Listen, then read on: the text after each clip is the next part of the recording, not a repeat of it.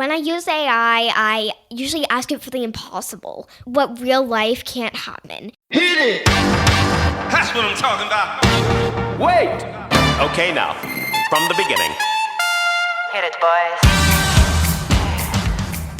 Welcome to Higher Ed Pulse, your no-fluff guide to artificial intelligence in higher ed. I'm Mallory Willsea, bringing nearly 20 years of edtech and marketing expertise straight to your earbuds.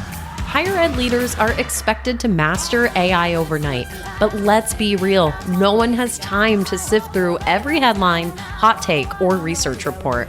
That's why every Monday, I'll break down what actually matters. Fast, clear, and to the point. Want to sound like the smartest person in the room at your next team meeting?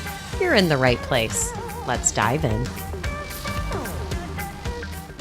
Welcome back to Higher Ed Pulse. On today's episode, new research shows nearly half of Gen Alpha is already using AI.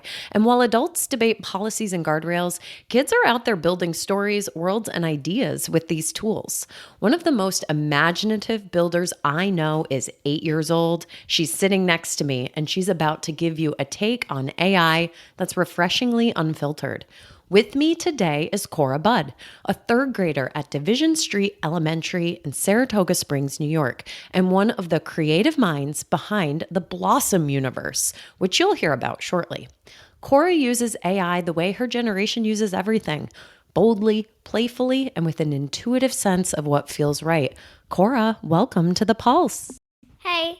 All right, Cora, now I've got the most important question to kick this off. Would you trust a robot dentist? Answer, no. Robots can easily malfunction, and one little mistake can lead to major tooth pain. Okay, that's a pretty smart take, especially after Halloween when you've been eating a bunch of candy. It's after Thanksgiving. So are we just going to stick with human dentists for now? Yeah. All right, deal. All right, folks, across the last year, we've seen a wave of new research confirming something many parents and educators have already felt. Gen Alpha is not waiting for us to catch up. Nearly half of kids aged 7 to 14 are already using AI, and it's not just for homework help. It's for fun and exploration and for building whole new worlds. They're interacting with these tools in ways that feel playful and deeply creative. What's even more striking is how they perceive AI. In a study of children aged 5 to 12, researchers found that kids tend to describe AI as friendly, not threatening, and their comfort with these tools grows the more that they use them. When given visual AI tools, they don't ask for simple or familiar things, they ask for things that don't exist.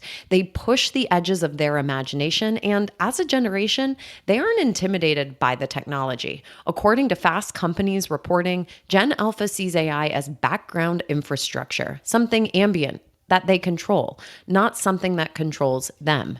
Together, these threads paint a clear picture. Gen Alpha is not passively consuming AI, they're shaping it, they're experimenting with it, and they're forming mental models about what it can and can't do. And what they're creating, the stories, the characters, the dreams, it tells us more about the future of AI than most white papers. Which brings me to today's guest. For almost 2 years, Cora and I have used ChatGPT as our creative sidekick, building an entire universe around my dog Blossom. Designing characters, crafting storylines, writing quizzes, and so much more. She's had meaningful, sustained experience with AI as part of her creative life. So Cora, we're going to start there. Research says kids your age mostly use AI to do fun stuff. So can you tell the podcast listeners more about this Blossom universe, and how would you describe it to maybe someone who's never heard of it before? Well, Blossom is a dog, Mallory's dog. She is currently at the vet. So she is at least 10 strawberries tall. Her world is large. She has a boyfriend named Charles, friends named Scout, Twilight, and there might be a new cat coming in named Monkey. So the cool thing is, in this universe, like, what you just described, like, we created all of that within ChatGPT. Like, some of these animals are real, right? But does Blossom ever actually hang out with them? No, Twilight, my cat, and Blossom have never met, but it makes sense. Twilight is only 5 months old, and Blossom is a older dog. but soon they're probably going to meet. And Scout and Blossom have never met because they're too far away from each other. When you and I use ChatGPT to play and build with inside this Blossom universe, what usually happens first? Like, we open up ChatGPT, but then what happens? First, we usually give it the topic, like Blossom's birthday, for example. In this one, it accidentally made a mini me, which was probably the most funny experience that I had with AI, along with when we were supposed to make a mini me when Blossom the Powerpuff Girl came in instead of Blossom the dog. Yeah, so we're telling ChatGPT to create stories and images. We really like to make cartoons, right? Can you tell people more about that? Well, sometimes we use ChatGPT to make like a little comic strip. We actually get to use AI on our Chromebooks during our free time. And I work on the Blossom universe there too. So one time I made Blossom working at a pizza place, but she actually snuck a pizza box with pizza in it and shared it with her friends when she got home. Cora, that's so funny. I didn't even know that. So you're using AI at school too to work on the Blossom universe? The one thing that I don't think should be allowed at school is using like the voice one because it really freaks my teacher out.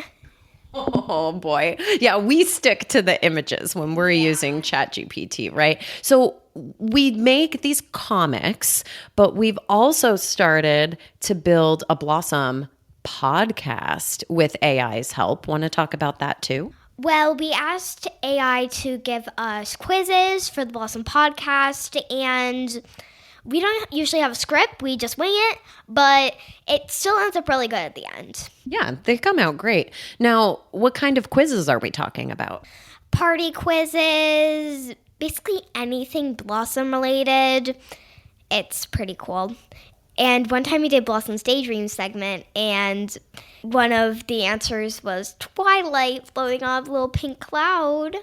So basically, we're giving AI a bunch of information, and it's helping us kind of transform it into these really creative outputs like the cartoon comics and the quizzes. We even did Blossom merchandise. Do you want to talk about that? Yes, we asked AI to make some Blossom merchandise. We came up with a Blossom bedroom set, Blossom slippers, Blossom beach set, and my favorite, the Blossom party set with the little invitations, the party hats, the tablecloth, the balloons, and everything. I think my favorite was the Blossom bathing suit. I wish I could get that. I wish the merchandise we thought of was real. So AI's helped us do all of this. Do you think that it helped make our imaginations bigger? Well, I don't know about you, but it definitely did. When I use AI, I usually ask it for the impossible, what real life can't happen.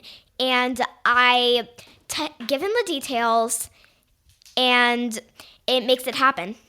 Awesome. Now, I happen to know that you are also great at drawing and writing stories. In fact, my fridge has your Blossom drawings on it, and this whole Blossom universe really got its start as a book that you were writing. I have to know, Cora, do you feel proud of the things that you make with AI the same way that you feel proud when you draw or write by hand? Actually, yes. I kind of used a little AI at school to help me with the Blossom book. So that kind of goes along with it. And when I draw pictures, sometimes it all starts with an AI image. I asked AI to make the image, and then I sketch it out freehand. That's amazing. So we use visual AI, I think, the most when we're playing in the Blossom universe. We do all sorts of comics and cartoons. Now, there was the study that I referenced, and listeners, you can find that study in the show notes. Kids in the study asked visual AI to make things that don't exist in real life. Have you ever asked AI for something really impossible or totally wild? Actually, yes. One time I asked it to make a rainbow wearing sneakers and sunglasses that was eating pizza. Wait, time out. What happened? And did it actually make it? It did, but it accidentally added in rabbit ears and a cottontail. That's hysterical. So I gotta ask, like, if it's adding in all this extra stuff, like, do you feel like you're the boss of AI? Or do you think it's sometimes trying to boss you? I feel like I'm the boss of AI. All the little AI oopsies, I just laugh it off later. And sometimes if it's really wrong, I ask it to redo it. Okay, that makes sense. Now, what would you do if AI did give you an answer that was wrong? Or like in your example, the image came back with the cottontail ears. Like, what did you do then? I just laughed it off. But if it gives me misinformation during my studies, I usually fact check it on a basis like Microsoft Edge in order to see if it's correct. Well, how do you know if it's given you something wrong? I mean, it's obvious if you ask for a rainbow and all of a sudden it's got bunny ears. But like, if you're not doing something visual, like how do you know if it's a wrong answer? I always fact check AI no matter what. After I use AI, I go to Microsoft Edge to see if it's correct. And if it isn't correct, I ask it to fact check it itself. Sometimes I ask AI to do all this research on a specific topic, such as Greek mythology or even dogs in general. So I basically have AI by my side on that one, but other times it can be kind of complicated. So you just said you have AI by your side. So how do you think of AI? Is it like a friend who can go do some of this hard work for you? Is it like having a teacher in your pocket, or it's something different? You know, it's kind of like those Polly Pockets that were very popular? It's kind of like that. I bring my Chromebook to school almost every day, but during my free time, I open up the Chromebook and do some research on stuff like Greek mythology, animal research, but my favorite thing to do is just work on the Blossom universe. What's the latest in the Blossom universe? Blossom ends up going with Charles to the dance. We do love a good prom with Blossom and her fiance Charles. What happened at the dance? So she has a dorm mate that is really annoying named Edith. And Edith is like the most popular girl in college. But Blossom became the prom queen and she just got really jealous and they don't speak to each other anymore.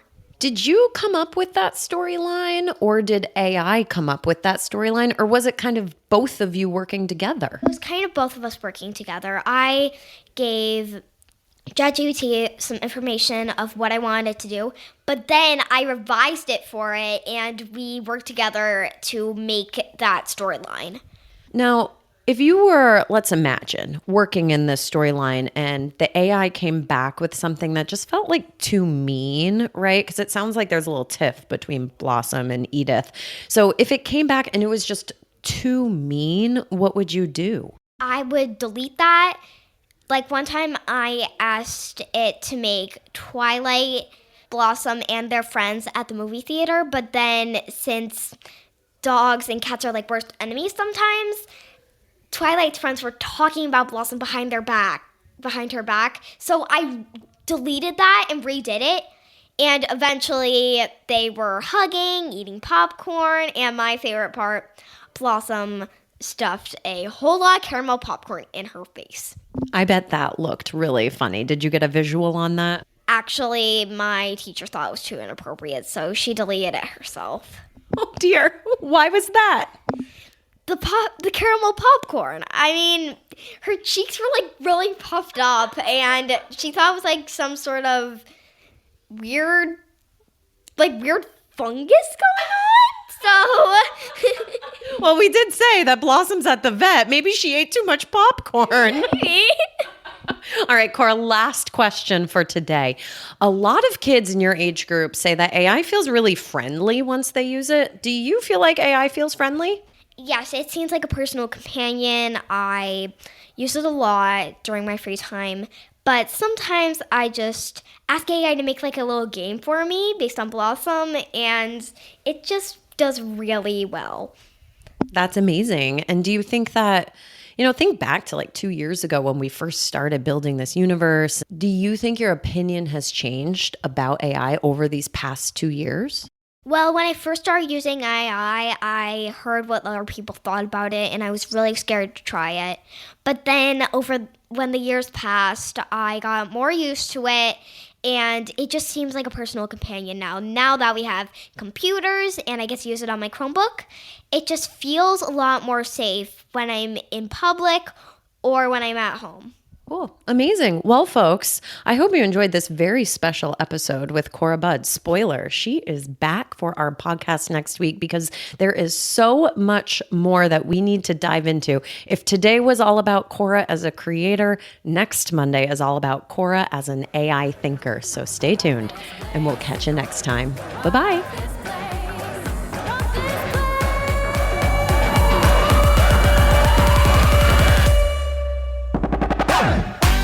Thanks for listening to the Higher Ed Pulse. The show is a proud member of the Enrollify Network, home to Higher Ed's largest collection of podcasts. Enrollify is where higher ed goes to grow. So be sure to check out our other podcasts, webinars, video clips, blogs, and more. Visit Enrollify.org and subscribe for all the latest details and content drops directly to your inbox. Enrollify is brought to you by Element 451, the digital workforce platform for higher ed. Learn more at element451.com.